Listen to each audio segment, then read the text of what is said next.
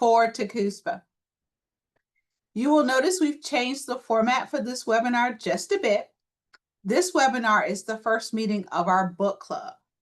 We're reading the book Cultivating Trauma-Informed Practice in Student Affairs by Dr. Tricia R. Shalka. Allow me to introduce our facilitator for today's book club discussion, Josh Meredith. Josh joins us from the University of South Alabama in Mobile, Alabama, but he started his higher education career in Texas as Director of Student Life at South Plains College in Levelland, Texas. He is now at South Alabama, serving as Associate Director of Student Activities, an opportunity he found through his TACUSPA network after getting involved in the association. He was selected as a 2023 Thomas Mormon Fellow and served as the chair of the Webinars Committee from 2023 to 2024. I'm grateful to Josh for his leadership of the Webinars Committee. He handed over to me a rich collection of resources and materials, which has made my work as the chair much easier. Josh has both an undergraduate degree in business management as well as a master's degree in higher education and student development from Taylor University. Though he now resides in Mobile, Josh is originally a Hoosier from the state of Indiana. In his free time, he enjoys running, spending time with friends, and reading a good book. We're very excited to have Josh serve as our facilitator for this book club discussion, and we're thankful for each of you for your presence and your willingness to share. I will now turn this webinar over to Josh. Well, thanks for that introduction. Wow. I don't think I've ever been introduced quite like that before. That's great. So I'm excited to stay connected today to TACUSPA and help facilitate a discussion. And this will be different from any webinar we've had before because we need audience participation. I have a lot of questions. I'm going to give a brief overview of the reading for those who may or may not have read the selection for today's discussion. And I hope to have some rich discussion because the topic is very, very important. And so when I read a book, I like to start with who wrote the book. Tricia Shalka is an associate professor of educational leadership. She has a degree from Dartmouth, Maryland, and a PhD from the Ohio State University. And the book is really interesting.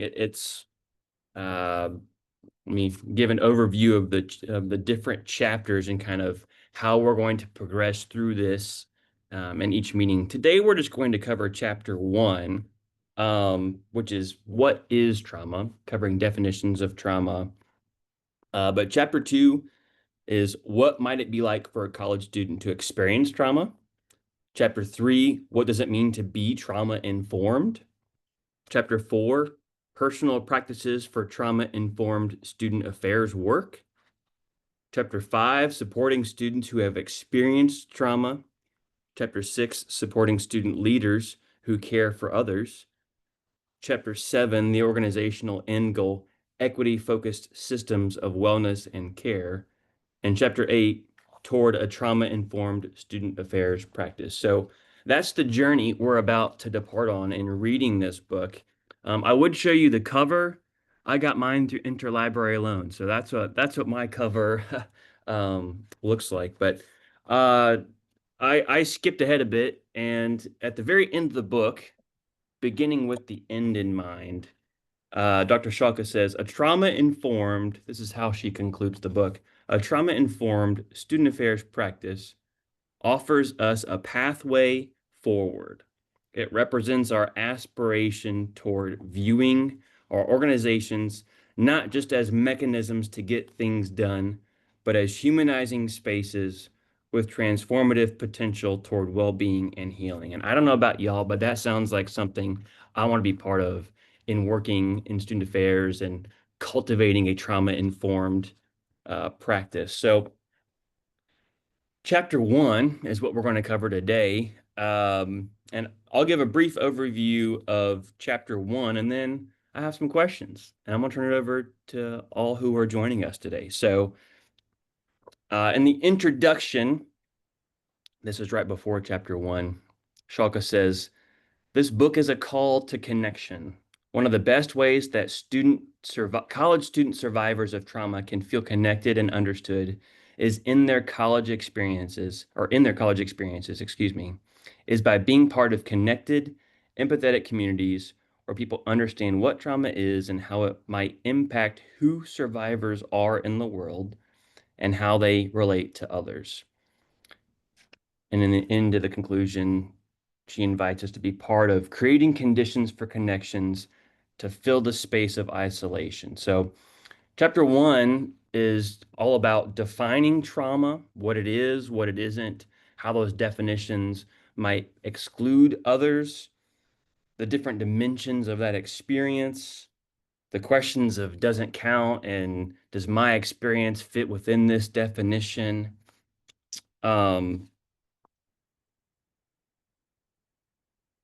Yeah, so uh, giving an overview, chapter 1, defining what is trauma. It's always subjective. Definitions can be helpful, but she also writes how when we define what something is, how it by nature excludes and implies what it is not.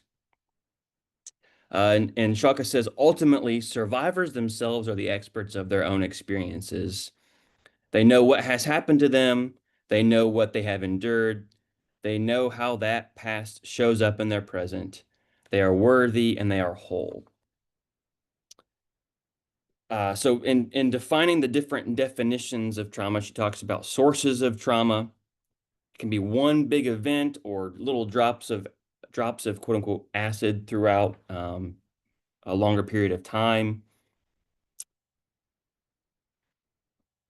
She does critique these definitions by saying they leave out traumas that are products of systems of power and oppression. She outlines ways that people respond to trauma and traumatization, that trauma response is a normal response. However, that response can lead to shame and stigma. She talks about misconceptions of PTSD and then defines PTSD, how it's an experience plus evidence of symptoms and what those symptoms are. She gives examples of two different students or interviewees from her research of hyperarousal and hypoarousal, of being hyper vigilant or emotionally depressed as a response to trauma. Talks about having a higher baseline and folks being revved up internally, quote unquote, revved up and ready to go. And she outlines the multidimensionality of the traumatic experience, of how it's not just input and output. The origin can be physical or psychological. The effects of a traumatic experience affect us in different levels. They affect relationships. They affect us psychologically, spiritually, emotionally. There are many levels to that impact. She talks about how trauma can quite literally alter neural connections and how our brain functions. And then she alludes a lot to this other book, The Body Keeps the Score, of how trauma affects overall just how we carry ourselves in the world. It can be, she talks about how trauma can be individual, but it can also be communal. The push and pull of that response, of how we want to be close to others, but the effect also gives us this desire to be distant from others. And then, yeah, at the end, she talks about under the section, does it count, of how the different definitions of this is what trauma is can naturally exclude. How that definition has evolved over time of at the result or conclusion, I guess, of the Great World Wars and in the mid 20th century, definitions or words like shell shock, of soldiers returning from war and us as a community seeing the impact of traumatic experiences. She talked about PTSD getting legitimate definition and a diagnosis in 1980. Uh, that, however, was also used while it gave trauma and traumatic experiences legitimacy, how that also added to the discussion and pushback, saying, well, you're from a marginalized community, that can't be a traumatic experience. Your claim of, you know, experiencing trauma from a system of oppression, this is how it's defined, and so therefore it can't be valid.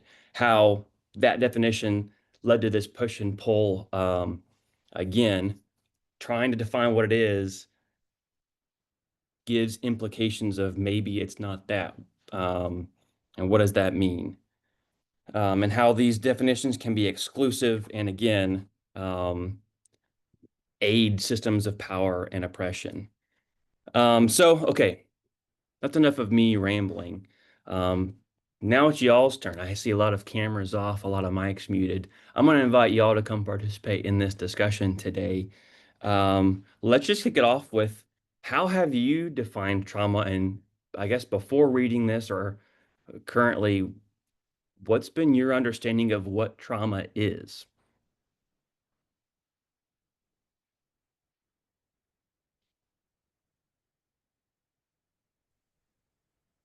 I'll take a crack at this, Josh. Hi, I'm Ashley Thibodeau. So I'm the assistant director, one of the assistant directors here at Star Services in Lamar University. And so I have worked with students for our peer mentoring program. So there is, discussions of trauma and kind of how I see it in some of my students who serve as mentors, because, the idea is that they have these experiences already as a Lamar University student. And so, what has shaped their experience here on campus, and then how do they continue to shape that experience as they're about to graduate? And I think for me, a lot of what was in this first chapter is kind of similar to what I've thought about what is trauma. But I also think too that because there is this sense of trauma bonding that could take place among students in our population, and we kind of have to monitor those interactions, because with the trauma bonding, is it that this is something that's healthy to do, or is it kind of negatively affecting their mental health? And then like as their supervisor, how would I navigate those conversations with them when this situation arises, or, if they need someone to talk to? Could I be the person to, suggest we have some mental health services and things like that?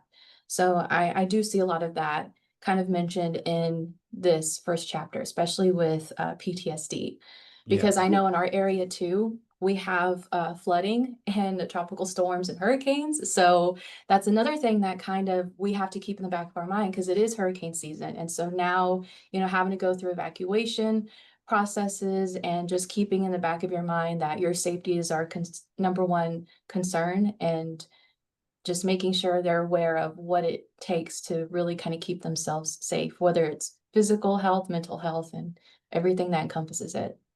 Yeah, that's really great. I had it written down here in my outline and I completely forgot. Ashley, thank you for sharing. This is a book club. This isn't a presentation. Let's take a quick step back and we'll come right back to Ashley's comments there. But Ashley, do you want to start off and just introduce to the rest of book club who you are and where you come from, and then we can go down the line here? Yeah, that's fine. Sorry, So everyone. yeah, no, it's fine. My official title here is Assistant Director of Academic Enrichment, and I work for Student Tutoring and Retention Services. And so I'm here at Lamar University, which is located in Beaumont, Texas. Awesome. And next on my screen is Anthony, and then Dialana. So we'll go that way. Anthony, go ahead. All right. Well, I'm Anthony Edwards, and I'm an assistant professor of educational leadership at Tarleton State University. It's a member of the Texas A&M University system.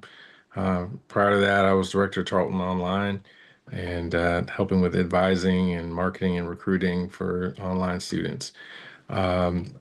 So that's a little bit about me and kind of where I'm at.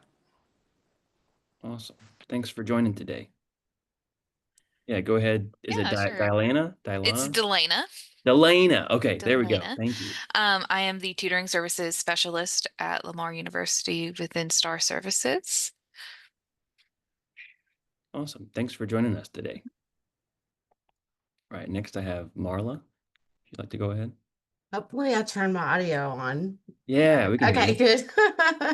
I'm Marla Singleton. I'm the assistant director for academic support. So we run the tutorial programs, academic coaching, where we see a lot of trauma, and supplemental instruction. Are you at Lamar as well? I assume? Yes, I'm at Lamar Awesome. as well. Great. Good Lamar crowd out here today. Thanks y'all for joining. All right, next I have Lee. Hi, I'm LaDonna Lee. I am a LaDonna. customer service specialist over the tutoring center. I oversee the daily operations, and I am at Lamar too. Awesome. Great. Thanks for joining. Next I have Emily and then Gabe.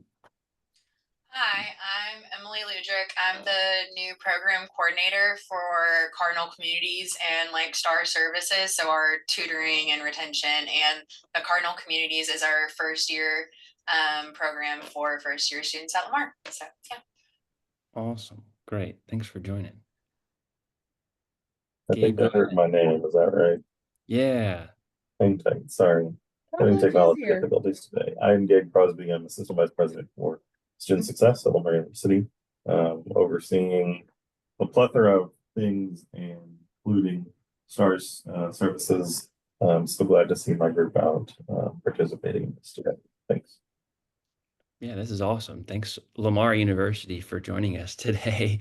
And again, I apologize for skipping over introductions. I was so excited to dive in.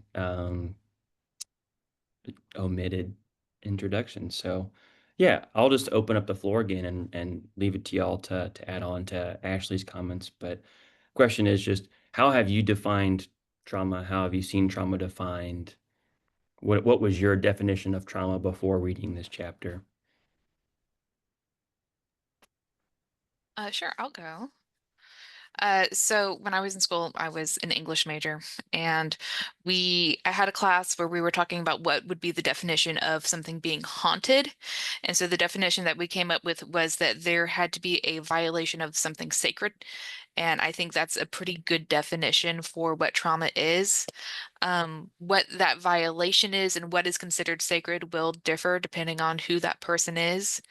But it's the idea that they had something that was very important to them and how they saw themselves or how they saw who they wanted to be. And something outside of their control happened to alter that definition of themselves.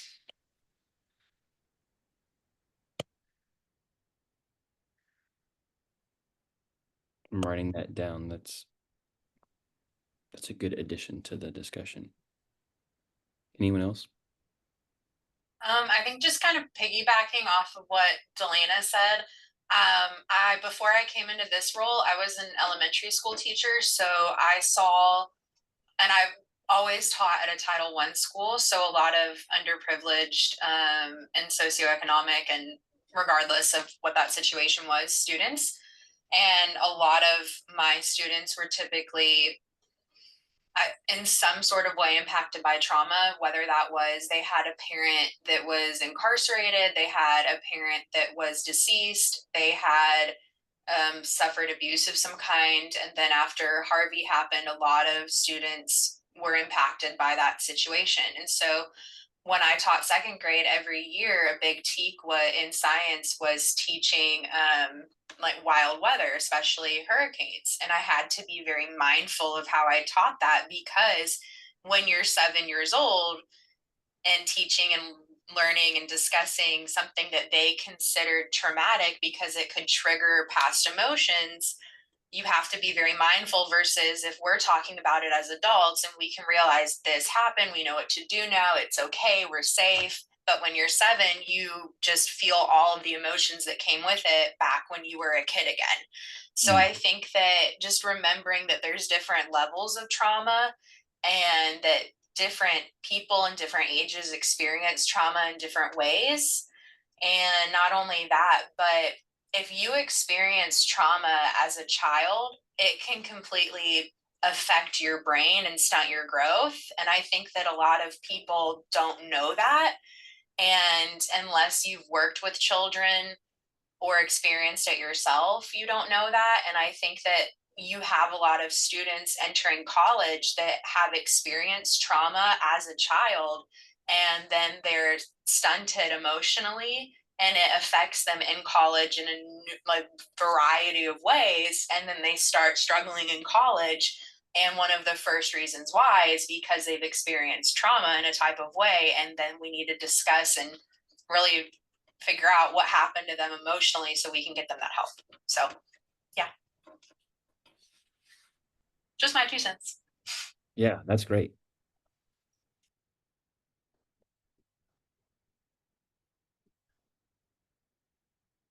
Anyone else have anything to add just in terms of, yeah, definitions? I think the biggest thing for me was, just expanding and I think just thinking through all the ways maybe I've limited my understanding of trauma. It must be this way because of this book I read, or it must be this way because of, she talks about in chapter 1, TV shows and pop culture, and how we've sort of collectively said it must be this big T event, car accident or whatever.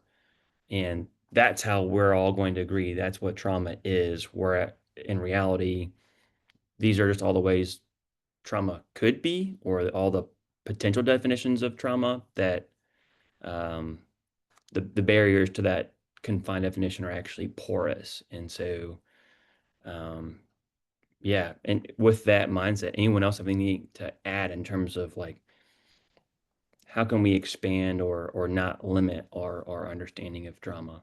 The thing that I keep going back to in my head right now is, well, first of all, Oscar Wilde, to define is to limit.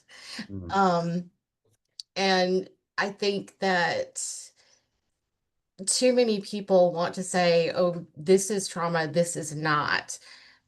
Maybe because they didn't experience anything to that level. But the problem right now that I see is that there's so much stigma attached to trauma, and people make fun of, oh, are you triggered? And it bothers me, especially because I think about students. Emily, elementary school, I was high school, and I think about them being dismissed and made fun of, and it's a problem. And so I kind of try to even, I don't like this, but I try to avoid the term triggered because it has so much, the connotation of that now is so negative. But I don't know what to do with that. you know, um, but I like the Emily said something that I think we don't put it in that perspective very often, but that the emotions from the past are drug up suddenly. Instead, being a little maybe more specific about what we mean when we say triggered by an event. But I like that. So Yeah, that's a good point of like, there's been all this cultural baggage attached to a word, mm-hmm. or even like politically or what have you, really ugly ways that word has been used, and it can maybe block us from actually addressing, things within ourselves, things within our students, of maybe they actually are triggered, and that's a valid response. And we have, as this call is a community of care. Yeah, I think it is valid, and yet we have a section of people that just dismiss it, Mhm. and in some ways probably make it worse Yeah. because then they're ridiculed. And so I always like to think that we're a safe harbor. If you come here to us, no one here is going to ridicule you or tell you, oh, that's not really trauma. If it's trauma to you, it's trauma. So I think it's important that in student support services that we are that safe place, that safe harbor that students can go to and talk about it and not feel ridicule over it. I think what I've noticed the most is the judgment from not like the students that, and I mean, granted, I've had the most experience working with children. I'm new to the higher education world. I'm very excited about it. But what I've noticed is the judgments coming from the adults, not the students seeking help, but the judgments coming from, like Marla said, coming from the adults, which then in turn makes the students scared to then seek help.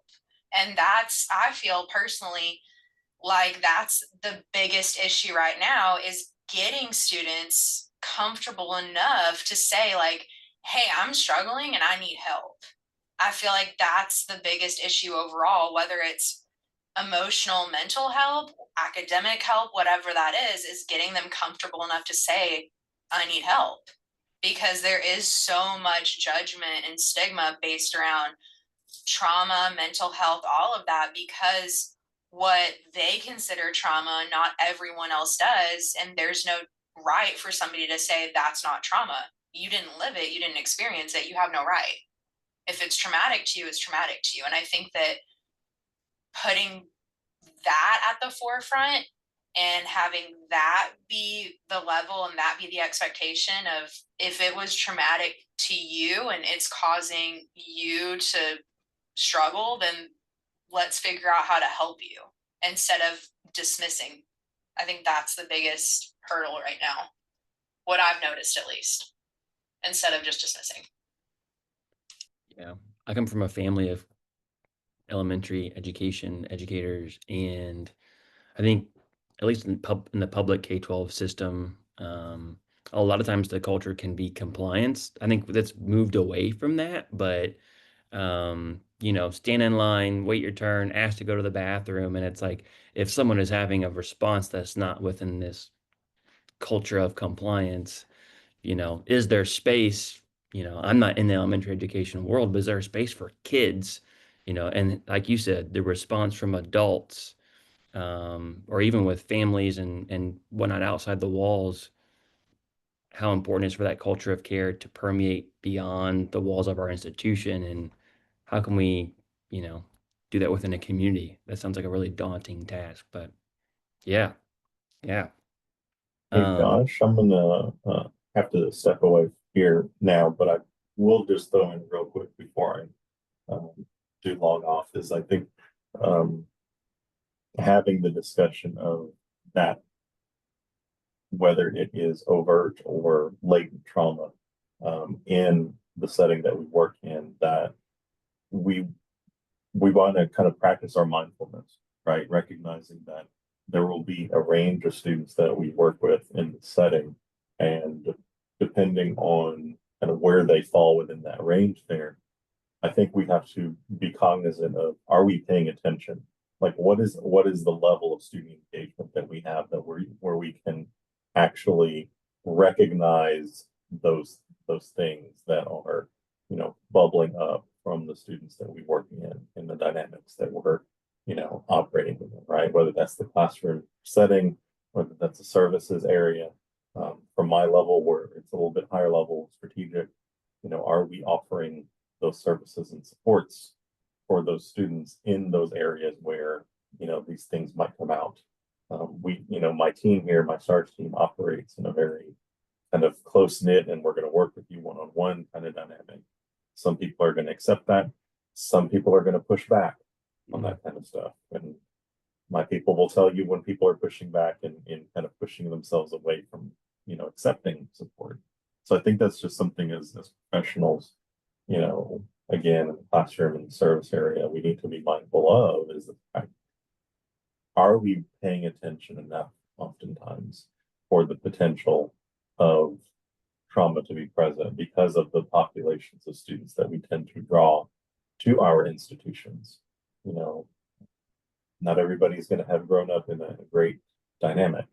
And so are we putting ourselves in a position where we are actually paying attention as opposed to just doing the job, executing the task in front of us? So that's just on my head. And I will leave it at that. Thank you for sharing. That's excellent.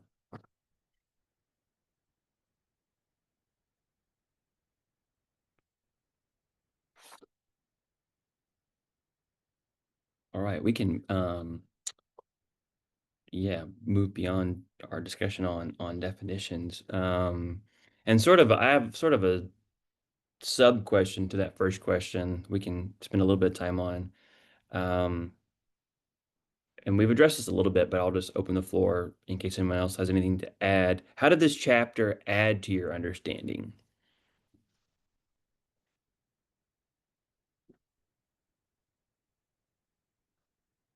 Of what trauma is, or what trauma could be, or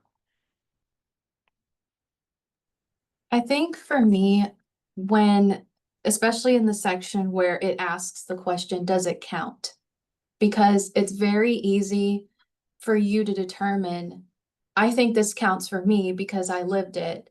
But then maybe like a friend who you're trying to confide in will say, well, I don't really think that would constitute you saying it is trauma.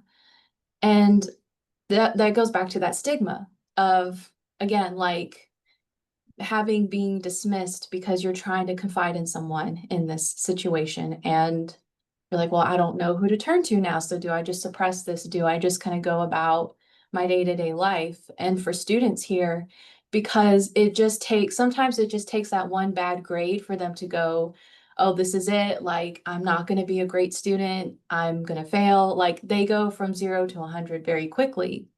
And is it that this bad grade was because of not the best study habits, or is it something else? Is it another underlying issue?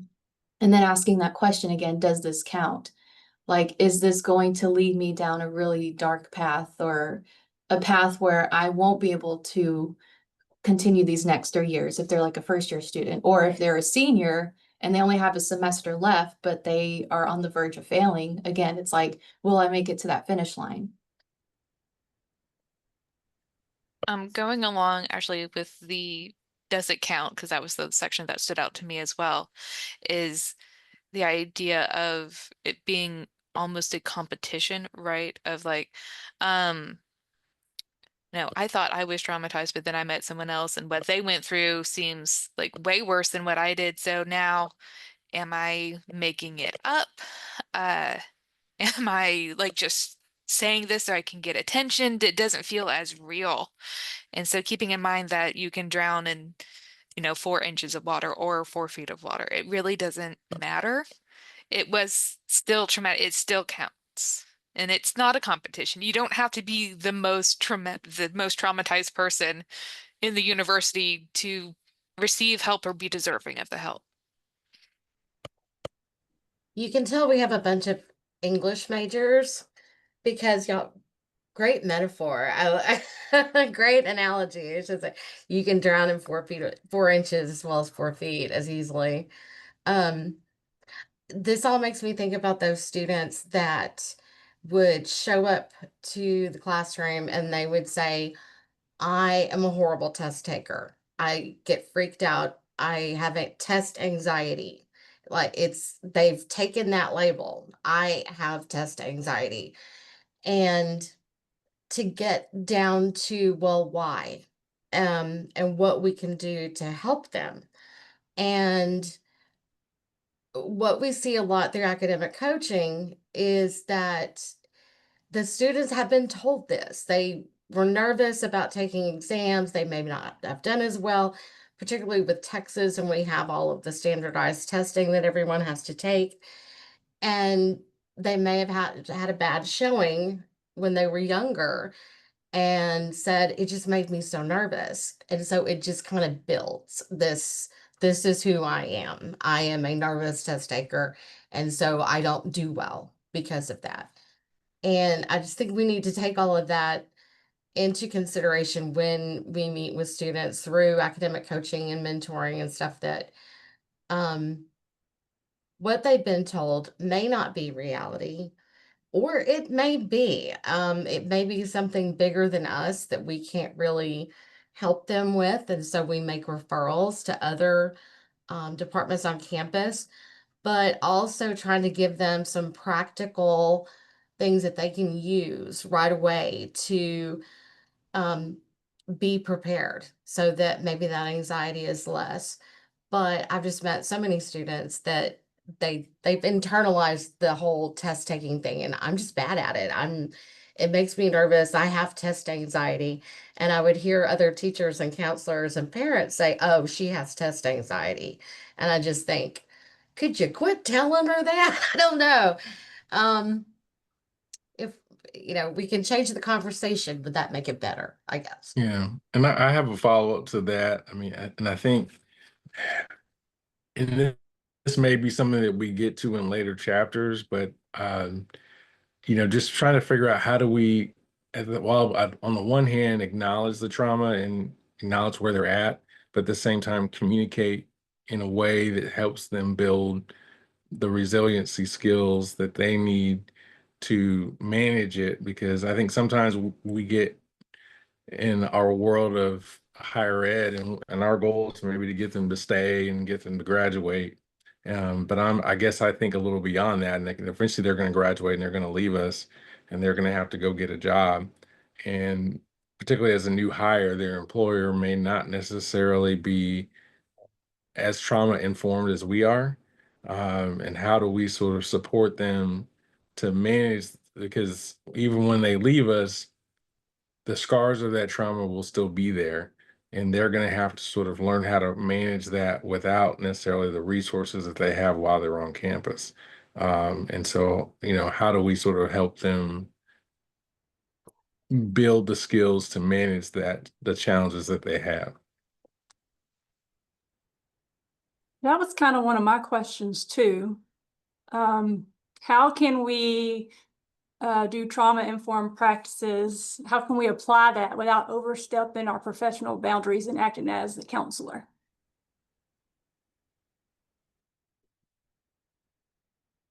It's a great question. I think, and this is something that we talked about a lot, because when I came in to the department a little over a year ago, I felt like some of the academic coaching was a little too clinical. It was bordering on psychology, too much. And so we changed that, backed off from that. Even the things that we called different things that we would do, like instead of calling it an intake interview, which to me, that just makes me think you're getting admitted into the psychiatric hospital. We're going to have an intake interview. Let's not call it that. And it was becoming a little bit too much like that. And I think that we try to just focus on the scholastic part of it, the academic part of it. Okay, what can I do to make myself feel less fearful? So if I'm more prepared, so let's look at, how do I read? How do I take notes? How do I manage my time so that I'm not sitting there at 1:30 in the morning the day before an exam freaking out? Yeah. But it's hard. It's very hard. And like LaDonna said, you have to stop yourself from, and just remember, I'm not a doctor, I'm not a therapist, I don't have insurance to cover this. We can't be their therapist for many reasons. But it is hard, and you want to empathize with them and you want to offer advice. And that's when you just kind of have to take a big step back and refer them to health services. Yeah, reminds me of the author gave the example of the student Charlie, which I assume the author changed these names not to actually identify their participants. The external experiences of my institution were kind of like, here's all these resources you should be using, and here's all these things we need to do. We support you.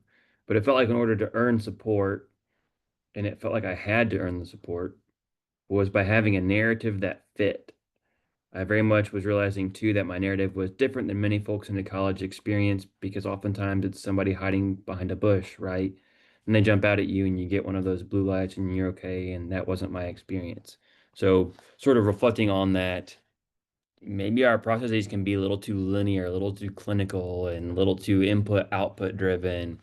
And if it's not connected, to this dynamic community of care, it can alienate some students like the example of Charlie, who didn't quite feel like the resources they were given, it didn't really validate their experience or whether they were getting the help that they On the flip side of that, I know sometimes students don't take advantage of counseling services or mental health services unless they think that there is a medical issue that needs to be addressed, or or maybe, when things are too far along.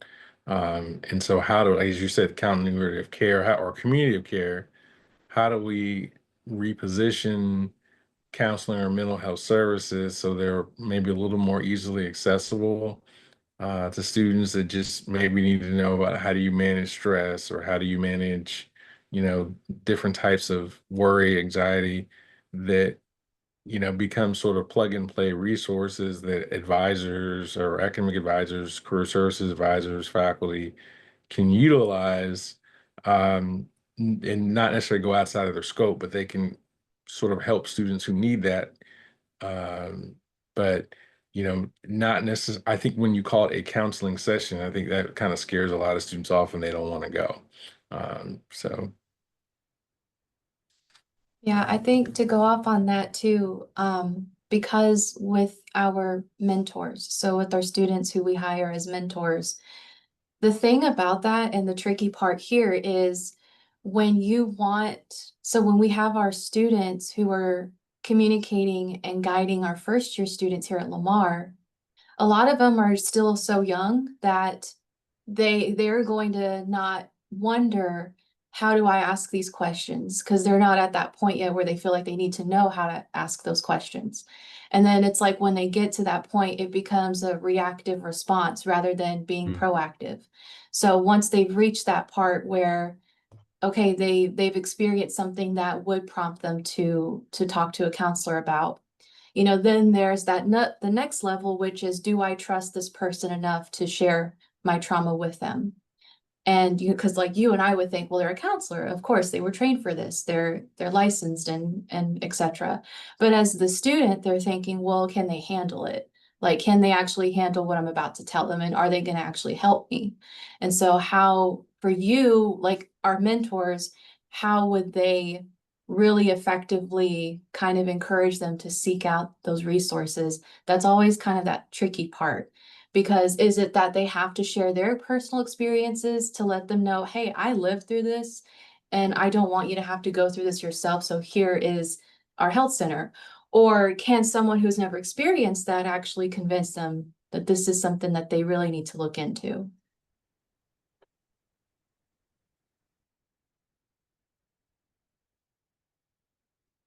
Yeah, that's good. I'm over here scribbling down what y'all are saying. I'm learning so much from y'all. So thanks for sharing. Okay, we're in like the last 10, 15 minutes here. And I have one last question on my list, and then we can open it up just to kind of anything else y'all have. But I want to know, who have you, as we move through the rest of these chapters in this book, who have you seen model trauma-informed practice well?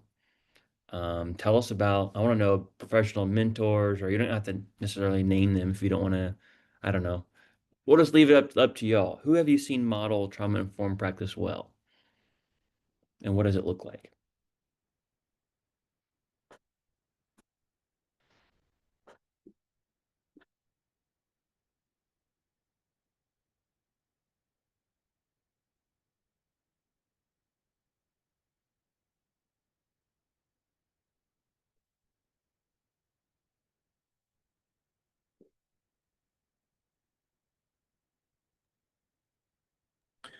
Well, I'll jump. Oh, go okay. ahead. I was just going to say, if anybody has questions about trauma-informed practice, I would always refer them to Dr. Hope Pamplin at University of Houston downtown. She's a great resource.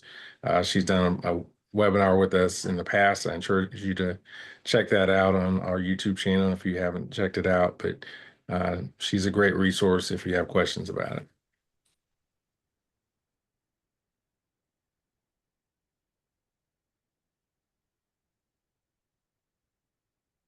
And what were you going to say, Marla? Well, I'm thinking about how it's kind of difficult because we're not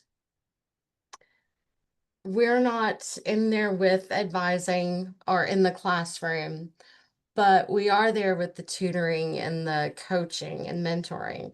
And so I keep thinking more, and it's probably because we work with students so much, of thinking about students that I've had in the past that were particularly empathetic and handled other students' trauma well. Um, and most of them, it was because they had been through a lot themselves. Mm. And so they were able to kind of take a step back, which is was always surprising to me when it's that personal, but we're able to take a step back and um, offer some advice and just to be an ear. Um, and that's one of the big things that we look for with the coaches now is when we meet them and talk to them, do they seem like they can be that empathetic ear without, further traumatizing the student? Because I've seen people become even more traumatized, other teachers not handling things well. If a student is having a bad day, and usually if it's a student that normally is pretty even keeled and they come in and they're agitated and they're angry, something happened. They're not just coming in here to be mean to you. There's something going on. And so one of my pieces of advice was always to other teachers is, let's just try not to make this worse. Okay. Let's not make this worse. And I've run across quite a few people who just can't seem to do that. Mm. It angers them to see another person upset or angry. And it's true for a lot of us, kind of any emotion can come out as anger. Sadness, fear comes out as anger at times. And so I think that it's important that people understand that and understand the range of emotions, and that they all can tie back to one thing usually, and it's fear. Yeah. There was a movie that was about that, but I can't remember what it was. But everything tied back to it. So I would love to see faculty, staff that handle it that way and are trauma informed and don't make it worse. Unfortunately, we don't get that opportunity very often. Yeah. Well, I would just say I appreciate y'all showing up to this. We can look at the tiles on this Zoom meeting and say y'all are modeling it well just by understanding we don't have all the answers and we don't want to make it worse. And so by engaging with books like this and discussions like this, we can continue to grow. And part of cultivating a community, I think of my work as gardening, right? We're planting seeds, we're tilling the soil. Like there are seasons to this work, and there are seasons to plants bearing fruit. There are seasons to our students, growing and going through things. And so the last thing you want to do is, I have this little house, I have one house plant, and I've kept that house plant alive for 3 years. The one thing I want to do is not kill it, right? The one thing I want to do is not make it worse, right? Is to help it grow. And I think for our students, the one thing we want to do, we don't want to make it worse. Like you said, Marla. So, anyone else have any other folks to shout out for who you've seen model trauma-informed practice well? I had a student when I taught second grade, and his brother passed away from a four-wheeling accident about halfway through the year. And I knew it would be really, really, really rough for him coming back. So my school counselor and I met and came up with a good plan. The best plan we could for him, and just discussed what we could do to create the safest space possible for him in my classroom and what that would look like.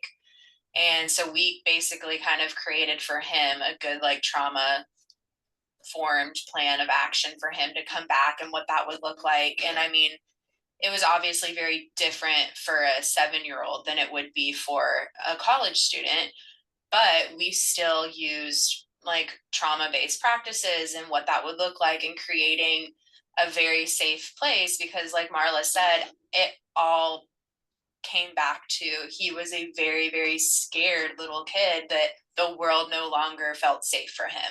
So what could we do to create and establish a safe place and make it as routine and normal as possible for him, and create frequent check-ins, create like very safe, normal spaces for him, as well as creating an outside source that wasn't me, the teacher, to be a safe adult for him to go and talk to. So I think it was just about like researching and figuring out what does this specific situation need and how can I provide that for this student using the like tools and resources that I have and the hours that I have, because I can't do everything. Even though I want to, I can't. So what can I do with the time and the resources that I do have?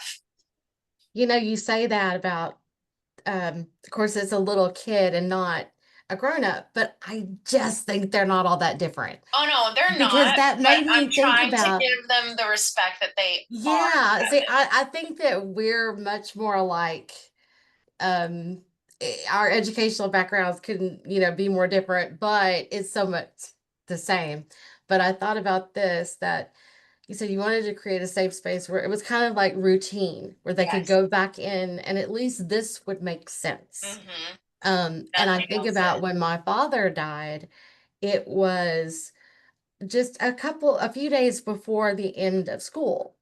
And it was May, you know, the end of May.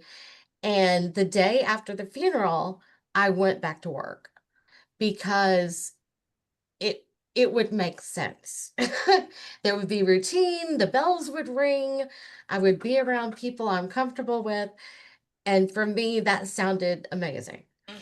And I just, you know, it astounds me how much and every day that our little elementary, our high school, our college kids Yeah, are so It's- similar. it's crazy. It's well, and even like you said, like when they're these adults, yes, they are, but it's the first time that they've been on their own, that they're doing all these things by themselves, and especially when they're freshmen, they're adults, but it's the first time that they are adults. So they're very much like kid adults, and they're trying to figure out what works for them, what doesn't. And not only that, but when I do struggle, like my mom isn't here. How do I figure this out and not struggle by myself? Who do I turn to here? And it's making sure that they understand those resources and actually utilize them is going to, I think, be a big difference. So hopefully we start utilizing them more. I always say adult isn't something you are adulting. It's a verb, not a noun. You know, that might be applicable there. Okay, we've only got a few minutes left. Any last comments or things that stood out that we haven't addressed from the book that anyone wants to bring up or discuss before we wrap up? I do. Let me see if I can figure out how to explain it. Everybody's trauma is different and everybody handles it different, but some of us handle it, well, how do I put it? Some trauma is invisible. You can't see it. So like I don't show my trauma. So how can, if we have a student that comes in, how can we structure our system or services to meet the needs of the ones that you can't see?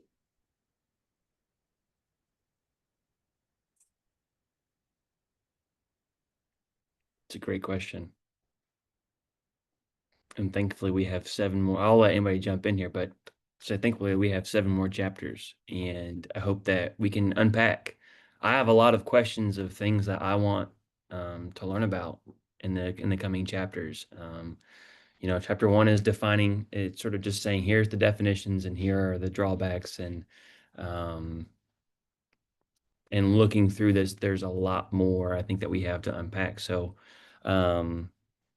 we'll hold on to that question and hopefully we can address it in the coming weeks. So, okay, Hilda, I'm going to turn it back over to you to wrap up. But before I do that, I think we have to have a group club, a book club group photo. So I'm going to take a screenshot real quick, and everyone can put on their smiley faces or turn their camera off. We'll do a quick TACUSPA book club group photo. So, all right, on the count of 3. 1, 2, 3. Got it. Perfect. All right, Hilda, I'm going to turn it over to you, and you can close us out. All right. Thanks, Josh. Thank you all so much for joining us today. Again, Josh, we appreciate that you served as our facilitator for this first meeting. But don't let Josh be on his own. This book club is open for anyone to serve as the facilitator. So let us know if you're interested, or let us know if you want to nominate someone else. As we close today, I want to remind you, if you're interested in presenting or serving as a panelist for a future webinar Wednesday, to please complete the proposal form, which can be found on our website. And finally, TACUSPA is celebrating our 100th anniversary at our annual conference in Houston this year, October 1st to the 3rd. Please visit our website for conference details. Thank you so much and have a great day. Bye, y'all. Thanks for coming, and see you next time.